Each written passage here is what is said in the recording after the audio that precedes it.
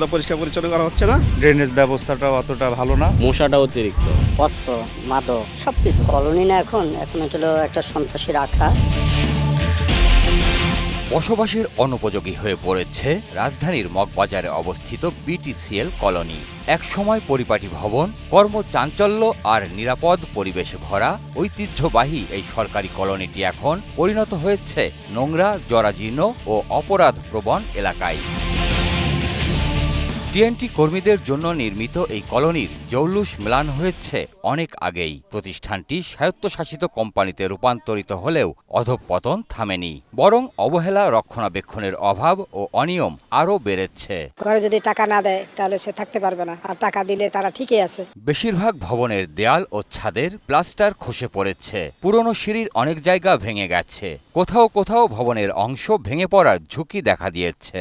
পরিবেশের কারণে বাসাগল ছাড়ার অবস্থান মানুষের। মশা পর্যাপ্ত করে এবং ময়লা ঠিকমতো পরিষ্কার পরিচ্ছন্ন করা হচ্ছে না। কলোনিতে ছড়িয়ে আছে একাধিক পুরনো টিনশেড ভবন, যেগুলো দীর্ঘদিন ধরে সংস্কারবিহীন। এসব ঘরে বসবাস করে অস্থায়ী ভিত্তিতে নিয়োগ পাওয়া কর্মীরা। টিনশেড ঘরগুলোতে বিদ্যুতের সংযোগ থাকলেও রয়েছে গ্যাস ও পানির সংকট। হাঁটু সমান পানি জমে যায় রাস্তায়। পরিত্যক্ত কোয়ার্টারগুলোতে একটু মেরামত করে থাকতেছে। বিটিসিএল এর কর্মীদের জন্য নির্মিত ভবনগুলোতে এখন অনেক বহিরাগত বসবাস করছেন, ফলে প্রকৃত কর্মীদের অনেকেই থাকার জায়গা পাচ্ছেন না। কুলারগুলো তারা ভাড়া দিচ্ছে বহিরাগত 3 থেকে 4 লাখ টাকা এখানে ভাড়া আসে মাসে। এখন ওরা 30 থেকে 40টা কোয়ার্টার ভাড়া করে রাখছে, প্রত্যেকটা কোয়ার্টার আপনার 10 থেকে 15,000 টাকা করে ভাড়া দিয়ে রাখছে। অবৈধভাবে দখল করে আছে, সেভাবে কোনো অ্যাকশন নিচ্ছেন না। কিন্তু গরিব কর্মচারী যখন একটা রুম উঠাতে চায় তখন তাদের বিরুদ্ধে, তাদের বদলি, তাদের হয়রানি দল, সব ধরনের কাজ প্রশাসন অ্যাকশন নিতে চায়। পরিচ্ছন্নতার অভাব ও মশামাছির উপদ্রব কলোনির বাসিন্দাদের জন্য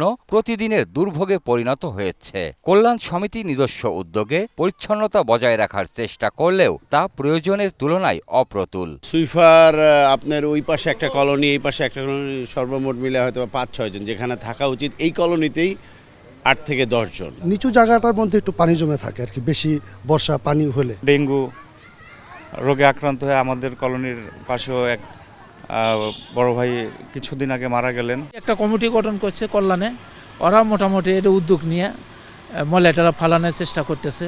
রাজনৈতিক পট পরিবর্তনের সঙ্গে রদবদল ঘটেছে কলোনির নেতৃত্বেও, কিন্তু কলোনিতে অপরাধ প্রবণতা রয়ে গেছে আগের মতোই। জঙ্গল ভরা যে গলিপথ দিয়ে আমি হাঁটছি, এটি মগবাজার বিটিসিএল কলোনি থেকে পেছন পাশ দিয়ে চলে গেছে মালিবাগ পর্যন্ত।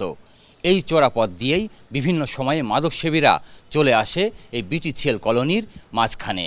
এখানে এসে তারা এই পরিত্যক্ত ভবনেই বসায় মাদকের আখড়া, কিন্তু তাদের বিরুদ্ধে কথা বলতে ভয় পান সাধারণ বাসিন্দারা। অস্ত্র মাদক সবকিছু। এরপরে শিশু সন্ত্রাসী আছে, কিশোর গ্যাং আছে। কলোনি না এখন হলো একটা সন্ত্রাসীর আখড়া। তাদের মতের বিরুদ্ধে যে কেউ যাক, তাদের অস্ত্র দেখায় টাকা আদায় করতেছে। তবে মাদকসেবীদের বেশিরভাগই বহিরাগত বলে জানান কল্যাণ সমিতির নেতারা। প্রশাসনের কাছ থেকে পর্যাপ্ত সহযোগিতা না পাওয়ারও অভিযোগ তাদের। আমরা শতভাগ হয়তো পারি নাই এখনো, কিন্তু 80% আমরা কন্ট্রোল করছি।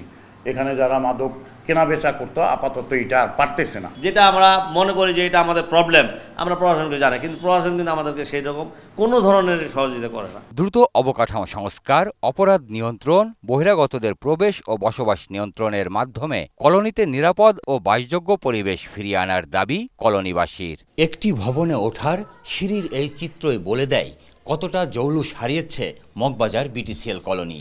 সময়ের আবর্তনে বেশিরভাগ ভবনই হয়ে উঠেছে বসবাসের অনুপযোগী। এখানে রয়েছে মাদকসেবীদের আখড়া, ময়লা আবর্জনার স্তূপ আর মশামাছির উপদ্রব। প্রশাসনের নির্লিপ্ততায় দুর্বিষহ হয়ে উঠেছে কলোনিবাসীর জীবন। প্রিয় দর্শক, আপনাদের দুর্ভোগ দুর্দশার চিত্র তুলে ধরতে চাই 21 টেলিভিশন। আপনাদের যে কোনো ভোগান্তির কথা জানাতে ফোন করুন এই নম্বরে। তথ্য পাঠাতে পারেন হোয়াটসঅ্যাপ এবং ইমেইলেও। সঙ্গে থাকবো আমি সঞ্জয় অধিকারী আর 21 টিম। সবসময় আপনাদের পাশে আছে 21 টেলিভিশন।